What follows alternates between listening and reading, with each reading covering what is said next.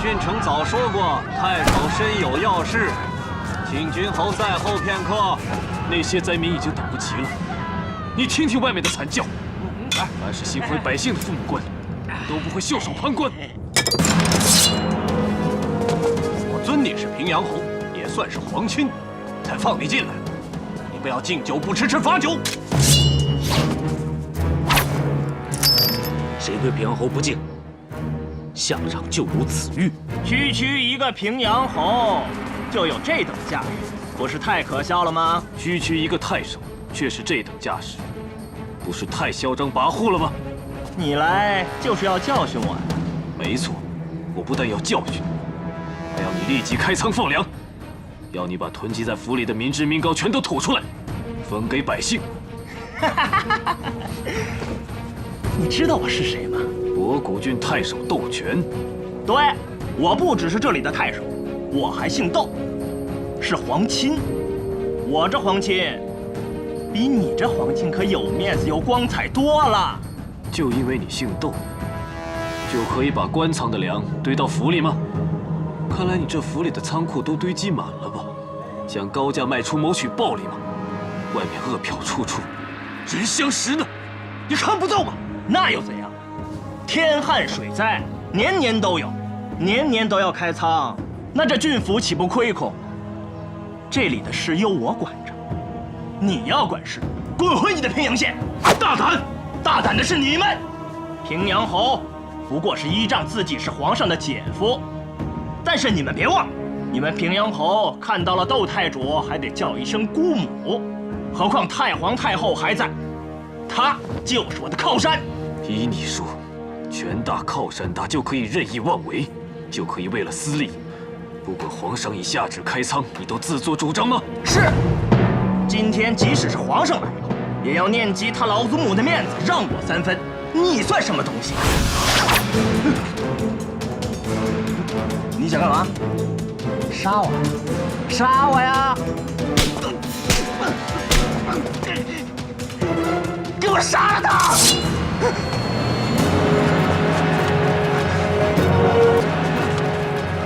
是否连朕也要让你几分啊？说得真好，权大有靠山，皆可肆意妄为。朕现在就下旨，立即开仓，就从太守府开始。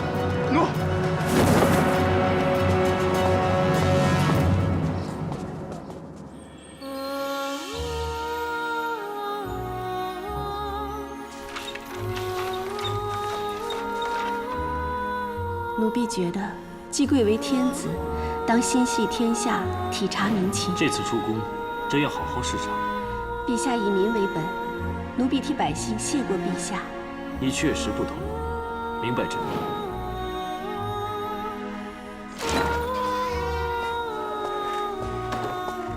这萱草就是这样，今早还开得正欢，到现在却耷拉着花骨朵了。朝开暮落。 人说这让人忘忧，可是忘忧也是忘情，只怕这是缘尽情逝的意思吧。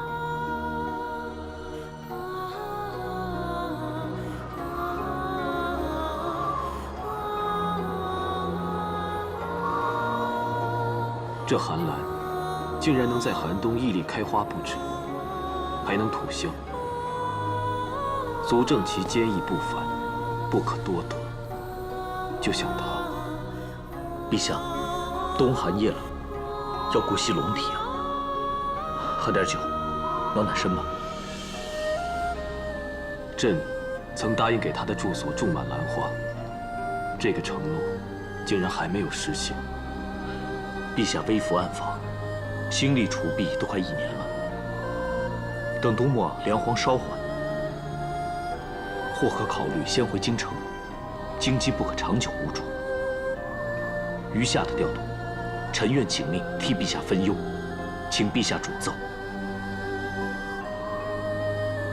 好，朕就命你南下调停。臣领旨，必不负皇恩。陛下，出宫典明日午时举行，宫人名单在此，请陛下过目定夺。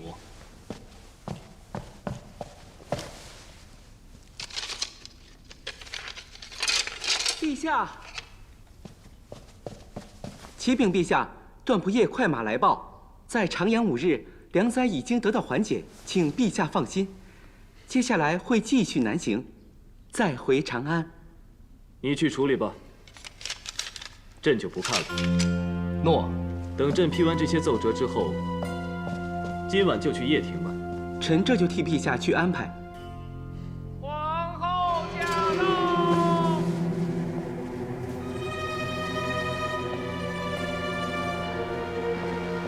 陛下圣安。啊，起来吧。臣妾知道陛下回宫后通宵达旦批阅堆积下来的奏折，所以臣妾亲自备了饭菜，让陛下可以稍事休息。陛下你累了，再这样下去恐怕龙体违和啊。臣妾伺候完陛下用膳后，陛下再忙国事吧。臣妾定不会出声打扰，只盼能陪在陛下身边。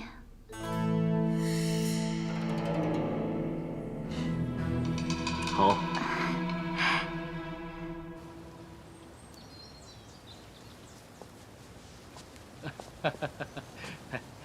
你还笑，人家就要骨肉分离了。哎呀，能分几天呐？子夫都走了，你还怕公主不让你出宫啊？哎，子夫，这个呢，是在集市上买来的，物虽轻，但情意重，你要挂在身上，记在心里啊。哼，谁要想着你呀？脸皮真厚。易叔叔，谢谢你。我们走了。娟儿，母亲。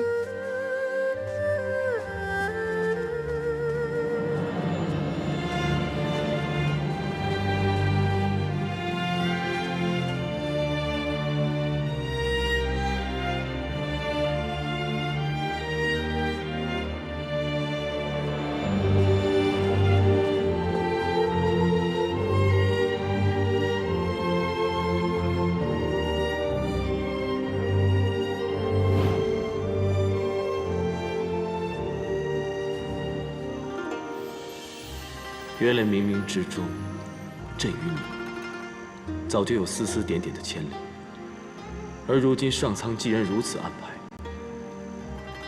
看来朕的这个决定没有错。子夫，你注定就是朕的女人，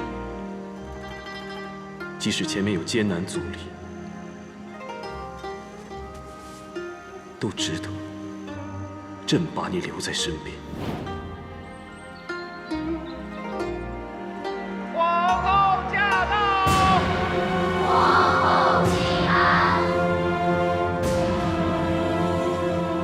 只有皇后一个人。皇上国事繁忙，无法抽身，这出宫典礼就由本皇后主持。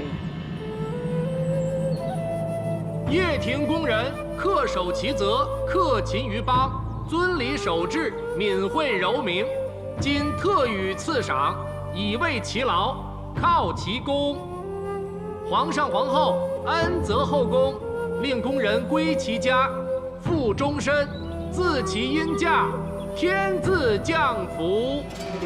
诸位，皇上驾到！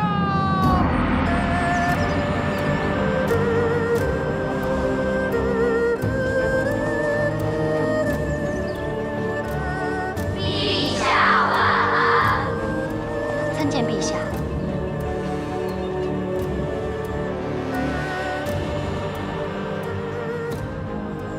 陛下，出宫典礼已毕，陛下劳累，不是说好臣妾代劳就行吗？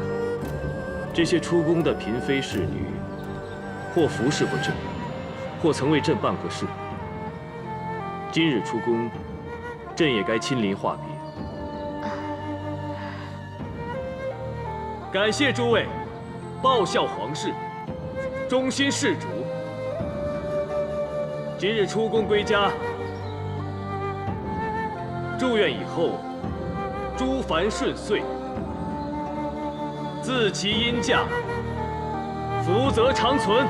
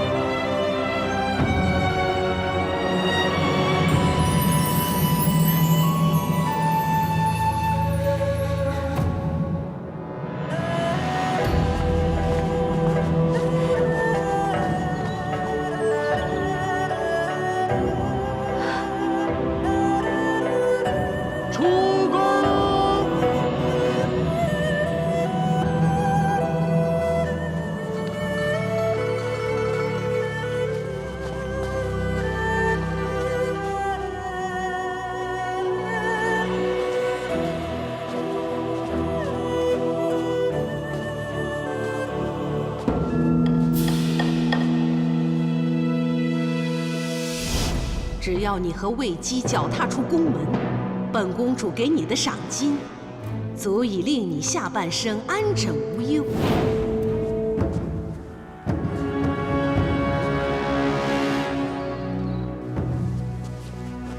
子父，别难过了，出了宫门，一切都过去了。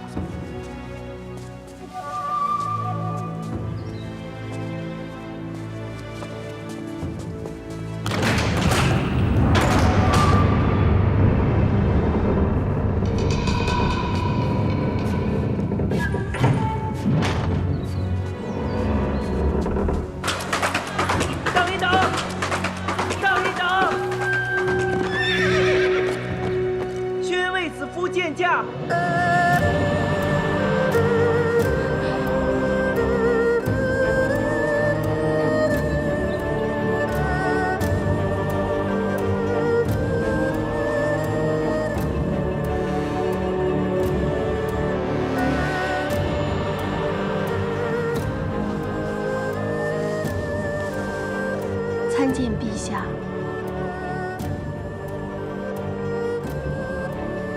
起来吧。谢陛下。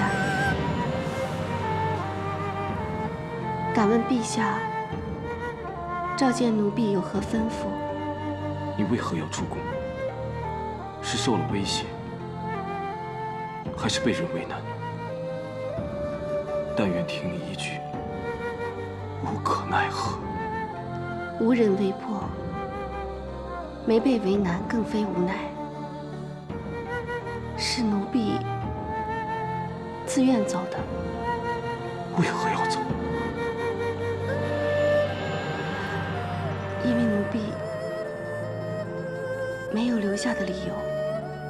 两情相悦不是理由，其遗偕老不是理由，难道名分位尊才是理由吗？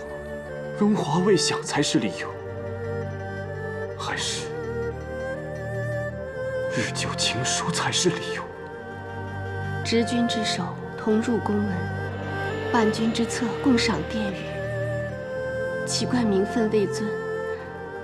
皇宫衣风十足，日子无忧。岂言荣华未享？天子后宫妃妾百千，能得一朝宠幸，已属万幸。岂愿日久情疏？那你给朕一个走的理由。奴婢一无功名，二无家室，实在无法帮陛下建功立业。若贪恋至情，令陛下家无宁日，宏图难展，奴婢罪该万死。这么说来，你是为了朕好。可你言下之意，是说朕得靠后宫姬妾之家世，才能稳妥的当个皇帝，是吗？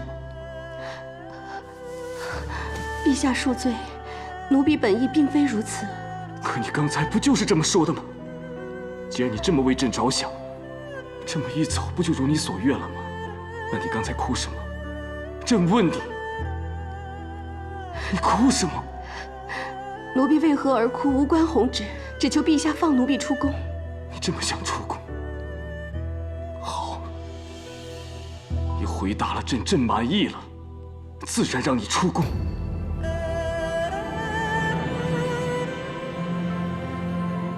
为什么回答不出来？是舍不得朕吗？抬头看朕。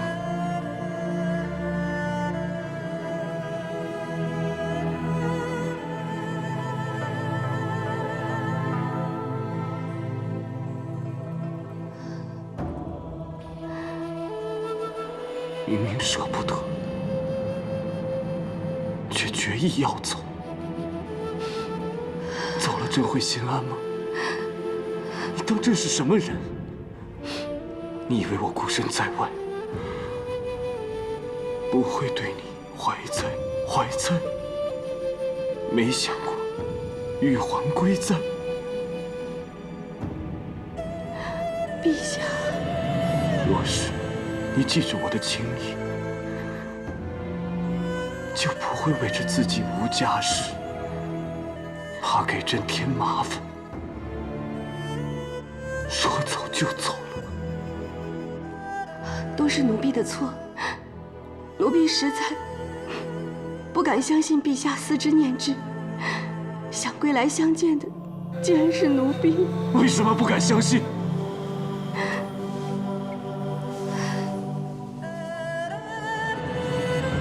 你可知道，每晨更衣，朕便忆起上衣轩中的纤纤玉手，路上清风吹拂，便想到玉河船上的悠悠青丝，夜里抬头看星，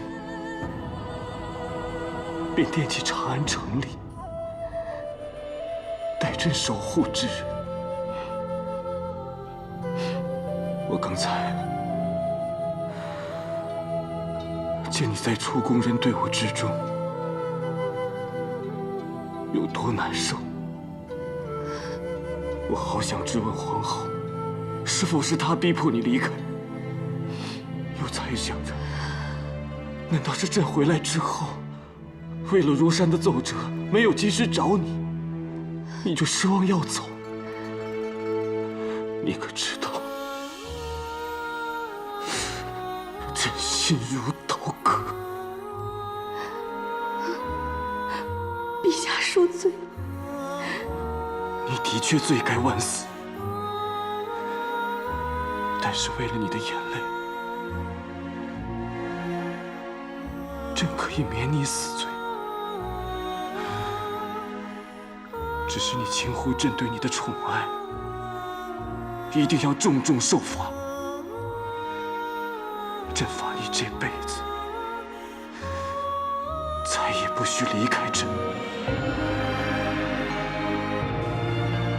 无论什么理由，即使说什么为朕好，朕也不允许。知不知道？奴婢知道。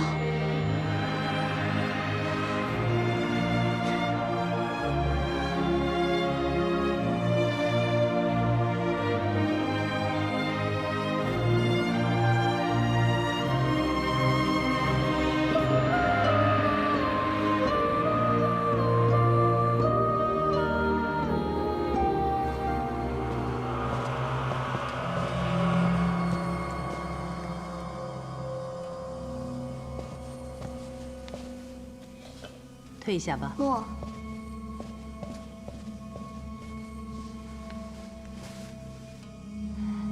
怎么连药也不喝了？太医令说这种药要一直喝，才可以养好身体呀。好了有什么用？他眼里心里只有那个贱人。那你更要养好身体，才可以再和他斗啊！斗？我怎么斗啊？明明不去，却又去了；明明看不见，都走了，却又回头看他一眼；明明门都开了，那就让他走好了。偏偏白明又赶上了，天都在帮他，我怎么斗啊？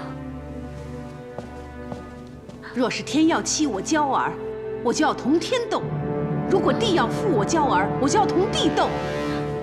母亲一定不会白白让你受委屈。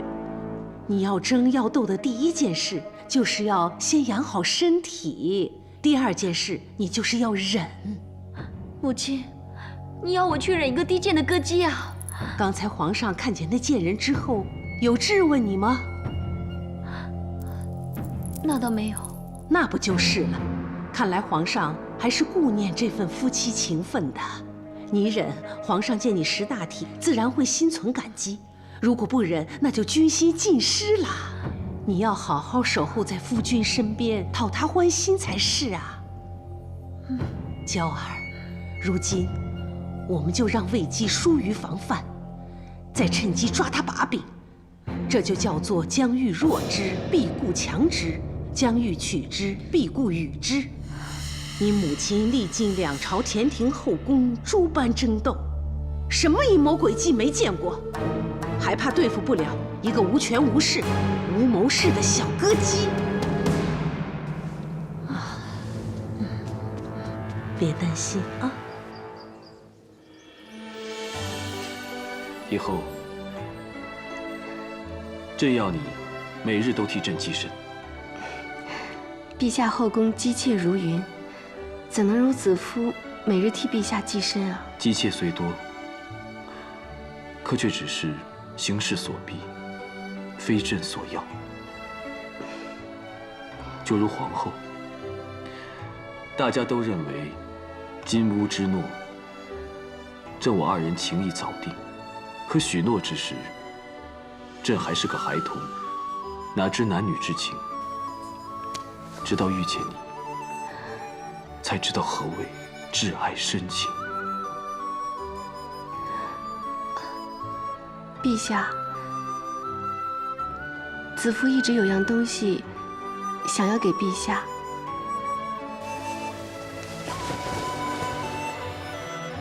子夫这1年的心意，全在此丝锦之上。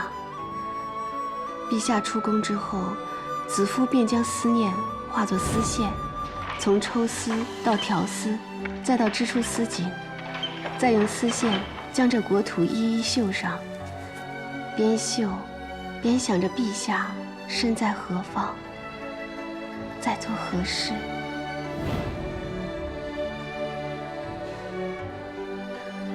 这是我国，盛夏之时，恶殍处处。朕再次开仓赈灾。你说过，儿时曾因天灾流离失所，此乃池阳。隆冬之时，漫地飞雪。朕在此发放寒意。夜深人静之时，就想起你首次在宫中过冬，孤苦伶仃，是否能穿暖吃饱？子夫一切都好，只是想陛下。幸好绣着绣着，陛下的天下尽在其中，仿如看到陛下君临天下。君临天下，这天下天灾人祸不绝。这次外巡，让朕对百姓生活之苦体会深刻，所以现在，朕一定要改革朝政，整肃宗亲大臣的歪风败气，拿他们的不义之财来富民强兵，防御外敌。陛下，到那时候，朕便要与你踏遍九州，到此图上的每一个角落，亲都百姓，和乐富足。那子夫也要在这图上绣一个和字，祝我大汉天下和乐富足。好，你既贺朕天下和乐，朕也赠你合场乐剧。陛下，陛下恩准沈家陪在子夫身边，以示厚恩，子夫就不需要。白明，在。传朕谕，为子夫田和乐意，绘制兰心，即日起赐居兰陵殿。诺。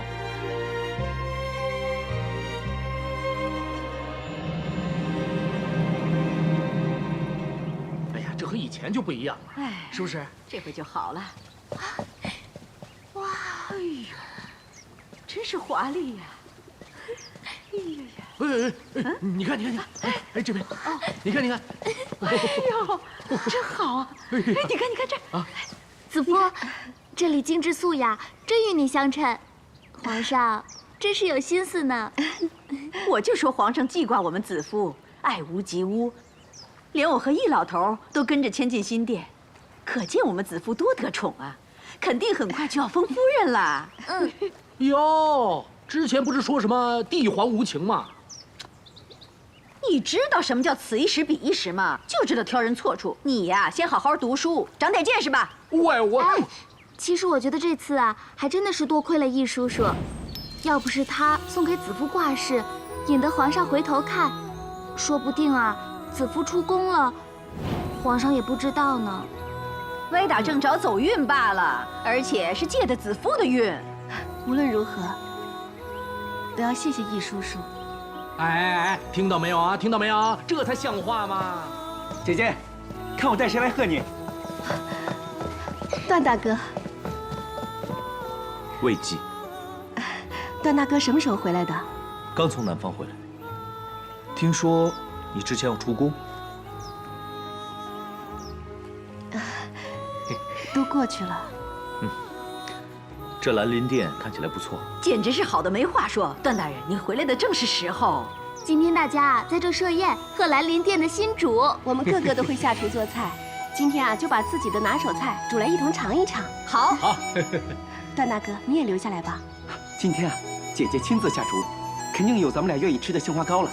如果大哥要不在的话，我可就全吃了。好，难得一回京就有子夫这桩喜事，我就和大家热闹一下吧。好。哎，段大哥，你南巡回来，一切可顺利？还算顺利。我刚才进宫把赈灾的事情禀告皇上，皇上心怀大志，要立久安之策，助民解困，决一平义务价，军粮均富。这样是好，可是行得通吗？皇上说可行，而且势在必行。只是这旧制年深月久，里面利害关系根深蒂固，阻力也必会极大的。皇上说是军粮均富，分明是要打击百官利益。说到底，皇上此举还是要掌握朝政，挑战太皇太后。的确如此。如今皇上以疏解民困为理由，太皇太后怜悯苍生，未必会反对。大人，舅父有事吗？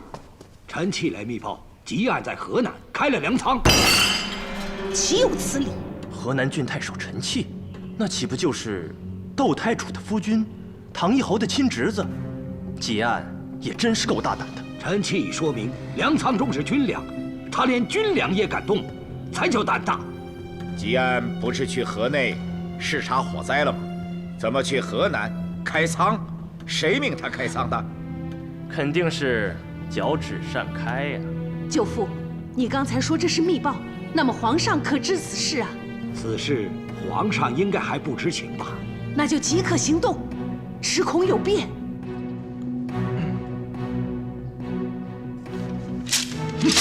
什么调度困难，纵容贪赃，其实都是在互相包庇。这些宗亲争权夺利，就说是刘家、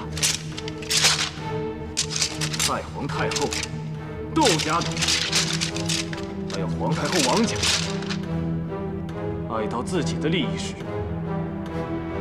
谁还顾念朕这个亲戚？陛下息怒！息怒？这关乎天下安危、百姓生死的事，何以息怒？你们谁都不许再插手！陛下，怎么了？又是谁来求见？要朕体谅这个照顾那个？是丞相许昌和御史大夫庄清宅，还有宣。参见陛下。参见陛下。丞相你好，新政细节没有？陛下，臣等有要事要询。说。不知陛下派业者结案，持节出使河南，可是？什么河南？河内火灾连千户，百姓流离失所，朕特派结案去视察。丞相是为新政奔走，把地方赈灾抛诸脑后，还是另有深意？臣不敢。只是地方官员报称，结案在河南，持节逼令河南太守陈器擅发官仓军粮。既然是陛下派奇案去河内，看来吉案在河南的所作所为就是交旨了。臣正是交旨，罪臣吉案，拜见陛下。吉案，这到底是怎么回事？回陛下，臣这次解河内灾民之困后，回京路过河南，见河南水灾缺粮，饿殍遍野，导致父子相食。臣权宜行事，持节发河南仓粟，以赈灾民。陛下，吉案既是赈灾，情有可原。吉案放的是军粮。陛下，兵法云：“军无粮，则必亡。”够了！臣大胆，但不能不谏。只恐陛下日后政令不通，军威有损呐。臣宁伏法，以挽军威。来人，将吉案下狱戴罪。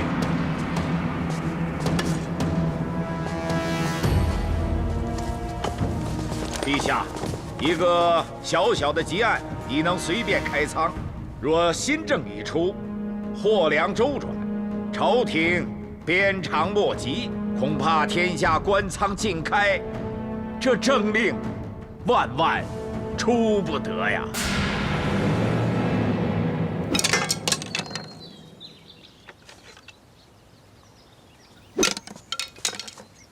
参见陛下。快来，快来，陪朕投壶。也不知道今日怎么了，手感极坏。就等你给朕添添运气。小臣的手气哪及得上陛下分毫呢？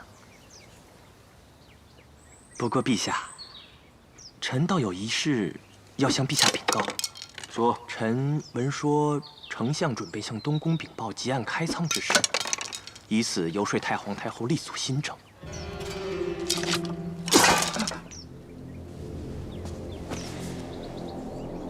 陛下，吉案私自开仓，兹事体大，如今又涉及到新政，恐怕非议更多。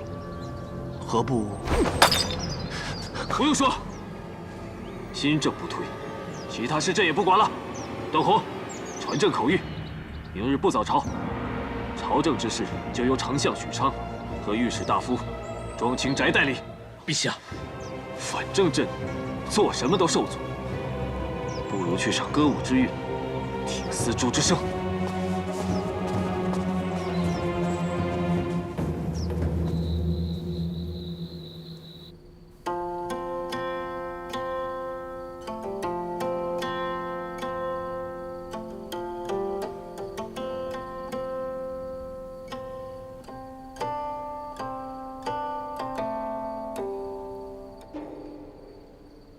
陛下。是子夫琴艺不精，琴音不妙，未能让陛下忘忧解愁吗？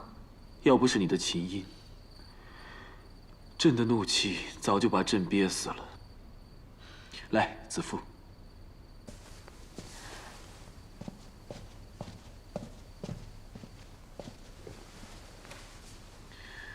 朕还是皇帝吗？陛下为何这么说？帝皇号令天下，管治百姓，可朕这个皇帝却连朝臣都管不了，政令连未央宫门都出不了。人难免都会偷安懈怠，让自己过得舒服些。陛下要改革，大家自然心生恐惧，想要固守旧制。但以陛下的才智，有什么能难倒陛下的？是吗？子父初见陛下之时，陛下还不尽了解民情。现在呢，陛下已是多次出巡、体察民情的亲民皇帝了。还是子夫最知朕的心。陛下怎么了？若朕真有应对之策，却要陷你于难，你愿意助朕吗？陛下是子夫的天子，就是子夫的天，能为陛下的千秋大业尽一份力，无论如何，子夫都愿意。好，这几天朕想在你这兰陵殿静思，不要任何人打扰，只与你的琴音作伴。皇后，请容奴婢痛传。皇后，请容奴婢痛传。皇后金安。魏姬，本皇后是来送糕点给皇上的，你让开。皇上正在歇息，奴婢不敢打扰，还请皇后恕罪。莫非皇上身体抱恙？春玲，去传太医令，我要去看看皇上。诺，你敢拦皇后？皇上有旨，静思期间不许任何人打扰，还请皇后先回。若皇上召见，奴婢自当亲赴交房殿请假。你说什么？别以为你得宠，你就可以得意忘形。我可是皇上的正妻，我要见皇上，岂是你这个下人能阻挠的？给我滚开！奴婢虽是下人，但皇上是天子，也是奴婢的天。皇上要奴婢守住此门，奴婢绝不能退半步。放肆！滚开！奴婢身负皇命，还请皇后自重。哼！皇后乃后宫之首，应该母仪天下，还请皇后谨遵圣旨，以作表率。等皇上出来，看我怎么惩治你！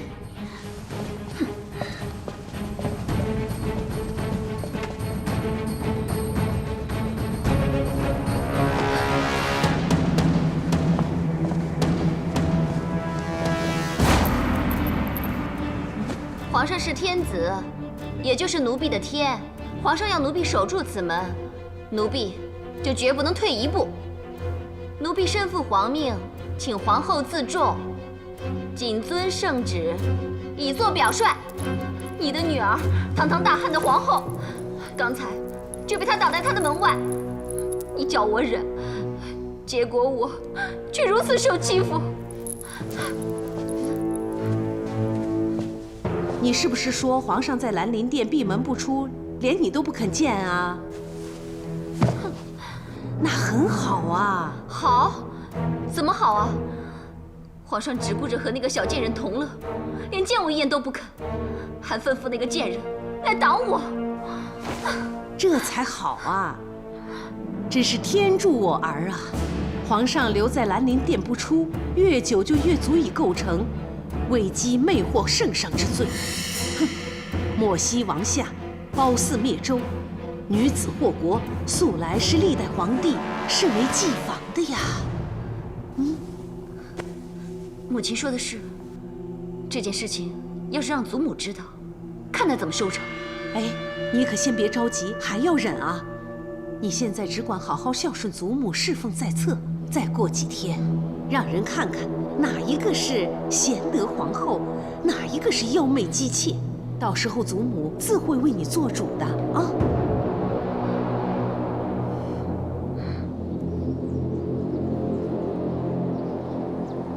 常总管，公主，准备马车。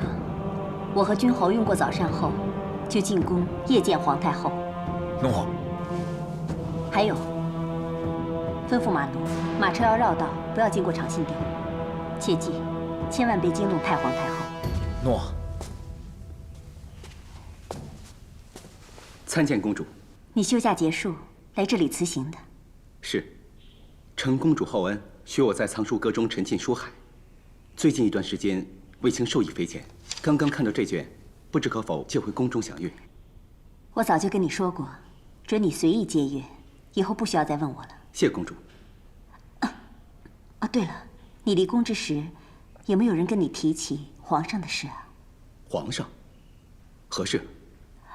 没事了，你先回去吧。哎，公主，公主急着进宫，是不是有什么事情？公主特意问了卫青，莫非此事跟姐姐有关？皇上久留兰陵殿，闭门不出，皇太后急召我进宫。前阵，姐姐跟我说，最近先不要去找她，说皇上在兰陵殿议事，不方便让我去。此事一定别有内情，求公主从中斡旋。这件事我自会处理。我此次进宫，就是要看看到底出了什么事。你担心你姐姐，我又何尝不会担心我的弟弟？没别的事，你先回去吧。不用叫医公，你就煮上次的润肺汤给我喝就好了。快去叫楚公主。诺。你怎么了？我刚才出去前还好好的呢。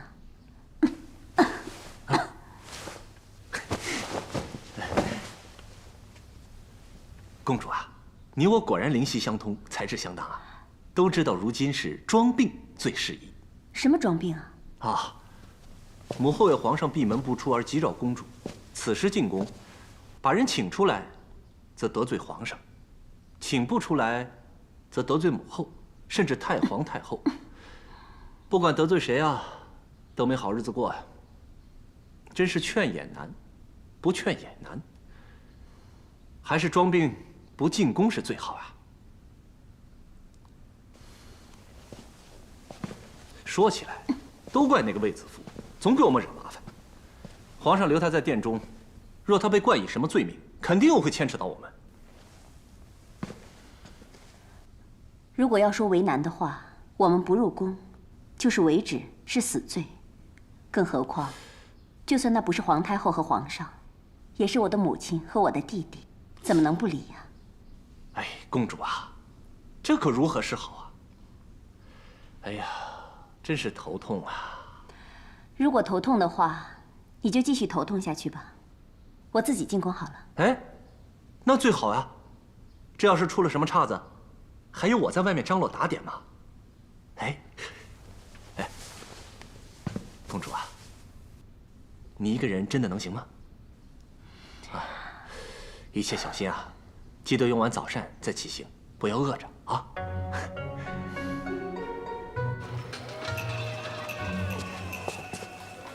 公主，你怎么在这里？公主抱恙，卫青想护送公主进宫。另外，卫青刚去厨房取了一些款炖花露，让公主润肺止咳。你怎么知道？虽然公主强装没事，但是卫青看到公主一直在咳嗽。你是想随我进宫看你姐姐吧？卫青担心姐姐，也担心公主。好吧，走吧。待会儿进宫后，你马上回建章宫，不可以久留，尤其不要去兰陵殿。可是姐姐有事，卫青想去看一下。你去有什么用啊？如果子夫真有事的话，你凭什么帮他？这件事情关系朝廷后宫，且惊动皇太后，你掺和进去，不但于事无补，反而会令此事更加糟糕，对皇上和子夫都有害无益。好，卫青知道了。卫青护送公主进宫以后，立刻回建章宫，不多说也不多问。那就好，走吧。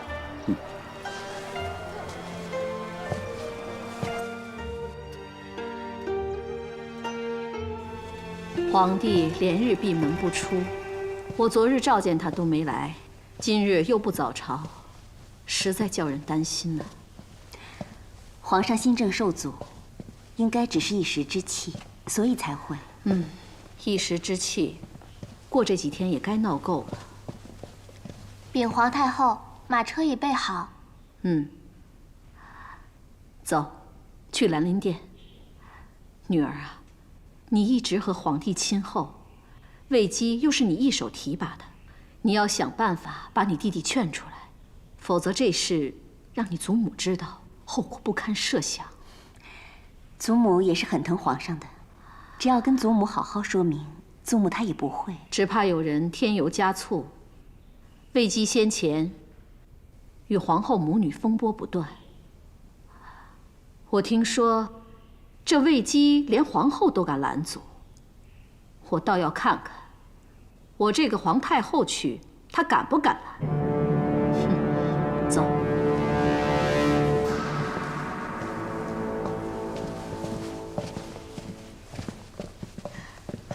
段大哥，你回来了，事情办太顺利吗？一切都很顺利，就是担心你这里的情况。段大哥放心，我能应付的。子夫，皇太后与平阳公主来了。皇太后驾到！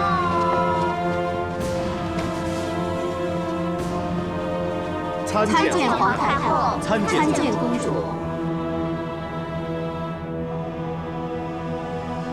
都起来吧。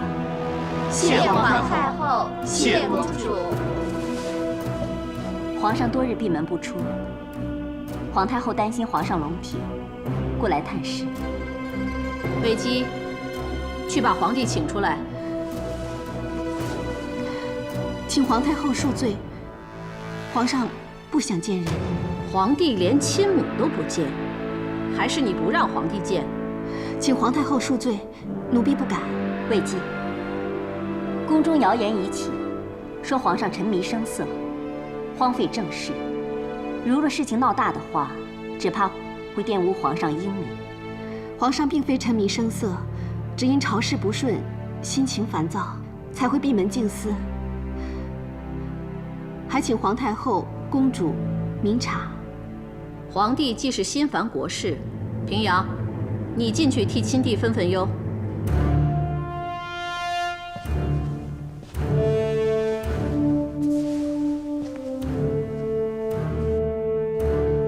皇上这几日胃口好吗？皇上吃得香，睡得好，身体安康，就是怒气未消。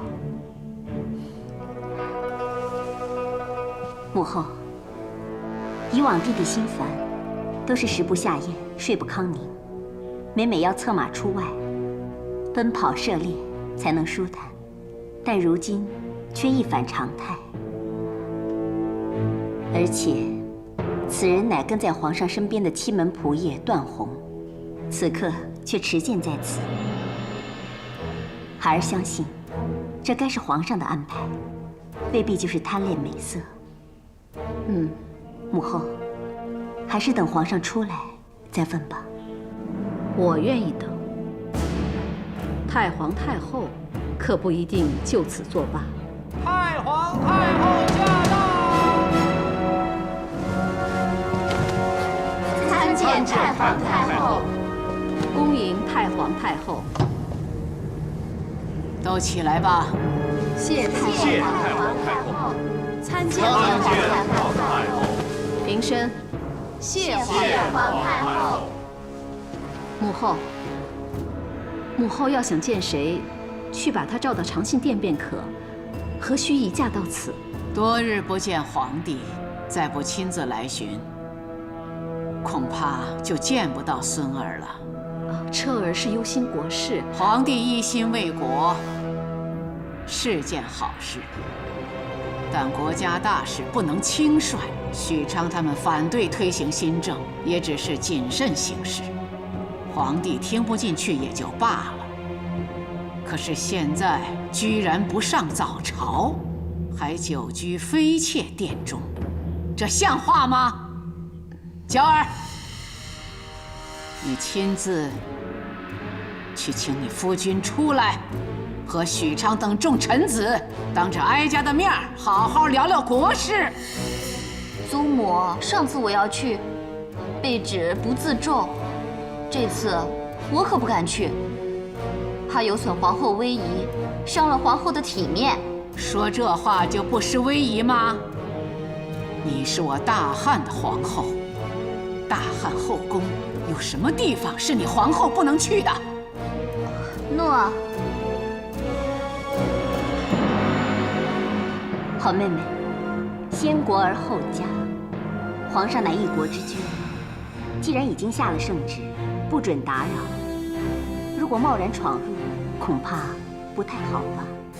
公主是真怕违抗皇命，还是存心包庇假传圣旨之人呢？哼，我差点忘了，此殿的主人不久前还是平阳府上的歌姬呢。既然皇后不能内进，那就让我这个当姑母的长辈亲自进去请皇上吧。姐姐，平阳这孩子做事一向谨慎，他不可能会包庇人。倒是彻儿，他的秉性你是知道的。彻儿闹脾气不出来见人，是他不对。可是这么多人，硬是要逼他出来，叫他如何自处啊？哼，看来要哀家亲自去请了，看谁还要阻拦，谁都不许跟着。秋萍，走。莫。等等。哪来的拦路狗，竟敢冒犯太皇太后！西门仆夜段宏，奉皇上圣谕，阻止任何人进入兰陵殿内室，强闯者斩。圣谕，你知不知道此乃皇上的亲祖母，就是皇上亲临，也需称臣服命啊！啊！无论是谁，臣识君之路，只知死守军令。好，你既然一心求死，哀家就成全你。来人，拖下去斩了！够了！求太皇太后开恩呐！段仆夜确实奉了皇命，并非存心冒犯，求太皇太后开恩！求太皇太后开恩呐！你这个妖女，迷惑皇上，还假传圣旨！来人呐，将卫姬一并拉去处斩！通通拉下去斩了！太皇太后！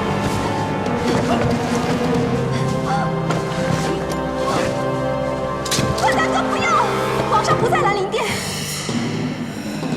皇帝在哪儿？孙儿在此。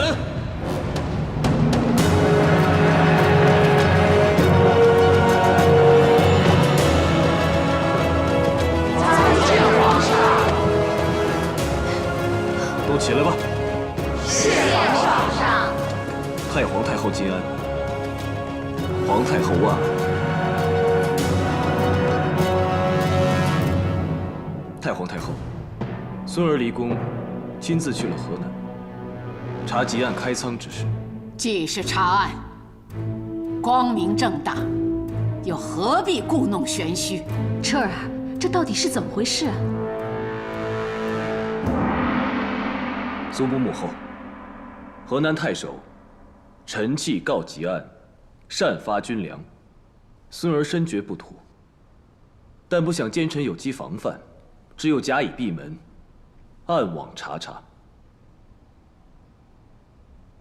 朝臣指吉案，擅发军粮，引致军心不稳，所以孙儿执意到边防查查，却发现李将军，臣在。你来说。禀太皇太后、皇太后，臣带兵镇守边疆多年，多是本郡征粮。甚至兵将自耕，从未动用荆棘3禾粮草。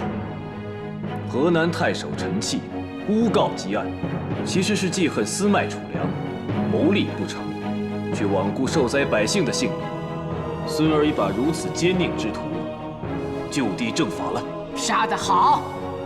另外，路上查知，济川王刘明称上贡之物受损不能缴。其实私相授受，更杀害欲告密的中尉。孙儿深知祖母仁厚，不忍杀宗族子孙，故派段宏传旨，废弃王位，贬为庶人。不孝子孙，死不足惜呀！难得皇帝仁德宽厚啊！孙儿先前出外视察，也知道有官员以权谋私，没想到狂妄至此。如今终明白陈器等人为何陈词激昂，反对新政。原来是怕心智之下难以与官员疏通，无法中饱私囊。孙儿此次要还吉安公道，更要推行新政，严查所有郡国官员的贪赃之事。太皇太后，陛下，臣等定当尽早商定新政细节，也商讨一下将来军饷的运送。朕觉得，由金鸡供应军粮，免地方重担也是好事。李将军，就请你与众卿下去好好商议。臣等告退。吉安留下。臣在。段宏。臣在。魏姬。奴婢在。堂下3人，一个擅自开仓，一个挥剑犯上，一个隐瞒顶撞，又该如何处置啊？其实都是孙儿。哀家不是问你，是问那个连皇后也敢阻拦，哀家的懿旨也敢违逆的人，是不是3个都该死啊？嗯。回禀太皇太后，奴婢以为，一个该赏，一个该放，一个该杀。那哀家问你，谁该赏，谁该放，谁又该杀呢？说！臣以兵刃对太皇太后，罪该万死。臣脚趾开仓，牵连段仆射与魏姬，臣该死。孙儿，让魏姬说。回太皇太后，百姓饥寒则不畏死，不畏死则弑君之危莫如，天下乱之始也。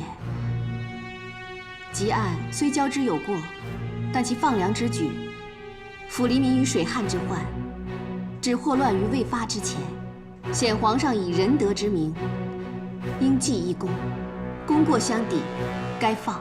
那谁又该赏呢？昔日，宋国被楚国围攻，解阳受晋景公之命救宋，不料途中被楚庄王擒获，反要他复宋劝降，解阳假意答应，脱险后却宁死也要从晋君命，而被楚庄王。解阳坚持承命为信，最终楚庄王赦之，而晋君绝之。今段宏受皇命，背礼而承命，忠君而信诺，该赏。那该杀的，就是你了。兰陵殿闭门拒客，虽是对君上守诺，但欺瞒太皇太后与皇太后却非圣意。奴婢作为臣下，作为晚辈，令2位太后奔波伤神，难辞其咎，该杀。说得合情合理呀，母后。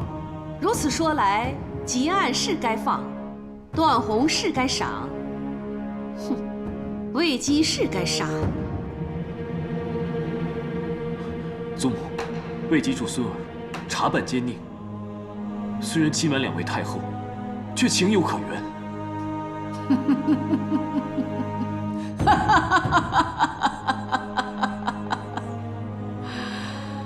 好一句情有可原呐！那皇帝的意思是，这魏姬是该赏，更该放了。既然只是情有可原，而不合法理孝道，自然该罚。就罚魏姬1年内不予封号，着令继续学习宫规宫礼，以彰显太皇太后仁慈。好，好，好，彻儿，那2个人又该如何处置呢？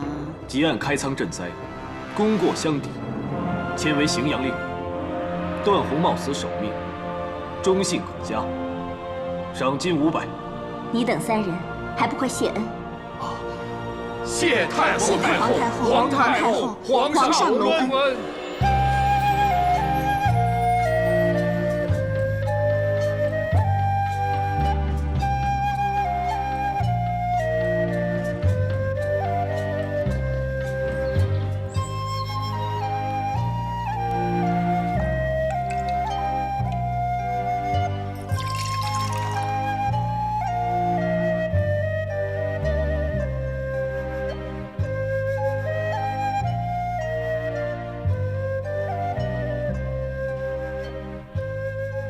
温凉恰宜，果甜浓郁，酒香四溢。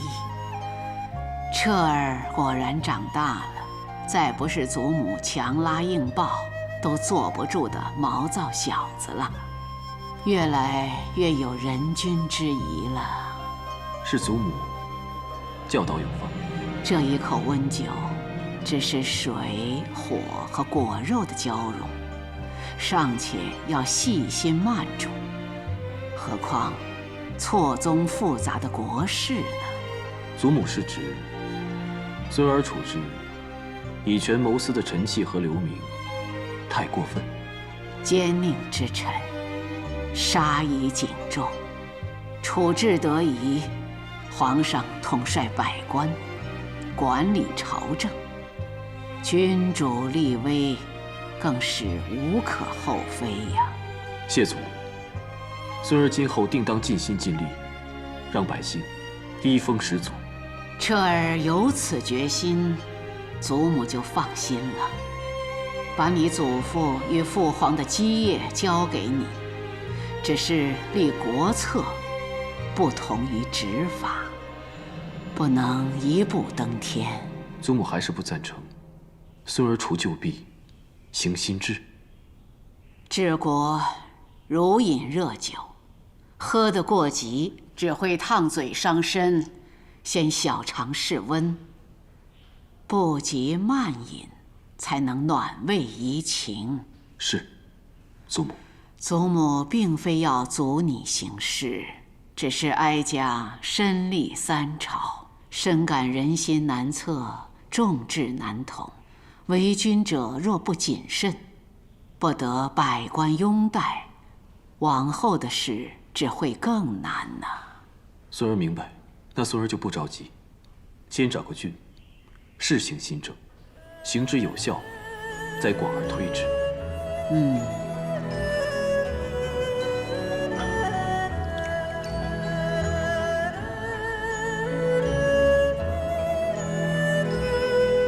这酒真是越饮越香醇了，酒好，心情就舒畅。哀家倒是颇想听听曲儿了。白明，在。备琴。诺。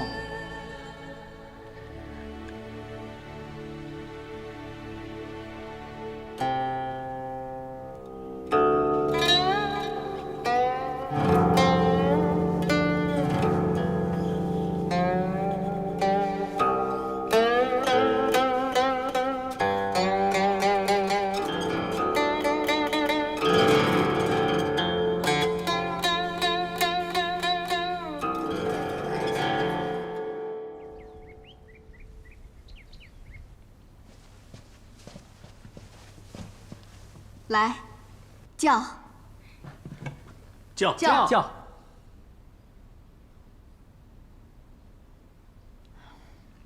这几天我一直在嘀咕，怎么不用我进寝室？皇上既然在，收拾整理不是更需要用人吗？哎呀，原来是这么一出戏呀！说明你这个人信不过，怕你知道了会坏事嘛。你又信得过？你又知道皇上一直不在吗？是我不好，是我不好，是我害大家惶恐不安了。子父跟段大哥这次能够平安回来，大家就应该好好的、开心的庆祝。今日能够庆祝，最要感谢的是段大哥。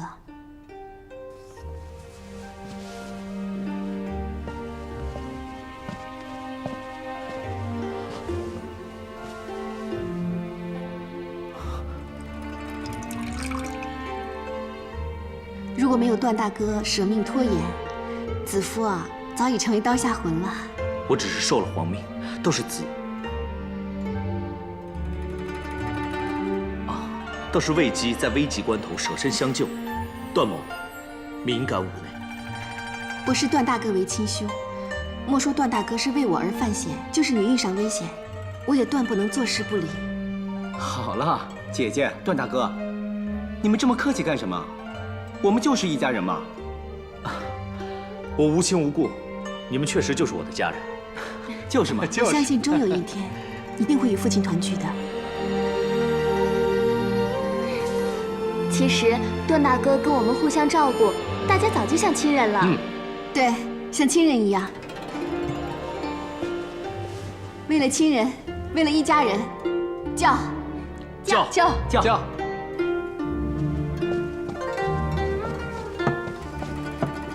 魏姬，皇上召你现在到飞长殿见驾。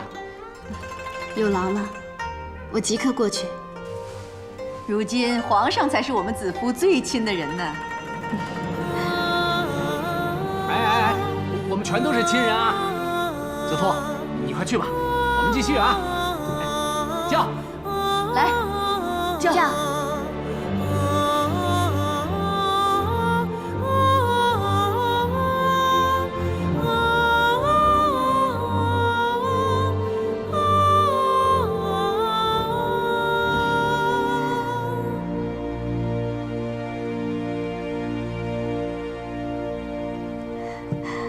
虽然暂时没有正式封号，但喝过这杯酒之后，你我就是夫妻了。陛下怎么能这样讲？陛下的正妻是皇后。皇后，名分上确实如此，可在朕心里的是你。当初叫你闭门拒客，实在是迫不得已。当时朕一想到你会为这事免不了受些罪。这怎么算是受罪呢？你几乎连命都丢了。可陛下不也赶得及回来救我吗？看，我完好无损，丝毫无缺。子夫啊，在我心中，不管名分如何，你才是我相知相交的妻。皇后是皇帝的正妻，而你，但愿与你放下身份，做一对朴实绵长、互相扶持的平凡夫妻。朕出宫体察民情时，见到有老妇将罗英视为珍宝，舍命相护。细问才知，民间视此物为女子出嫁的象征。我就念之事，做了一条送给你。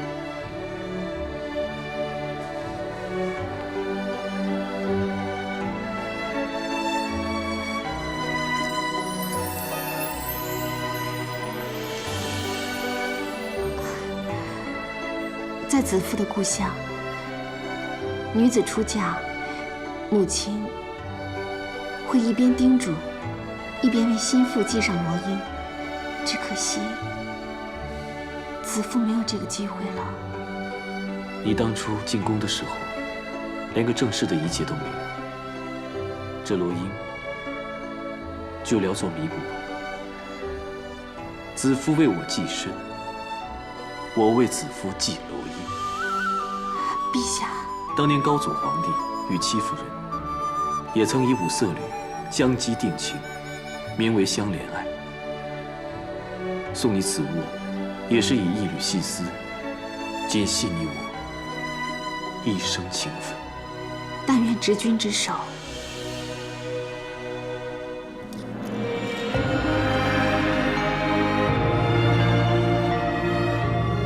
扶持到老。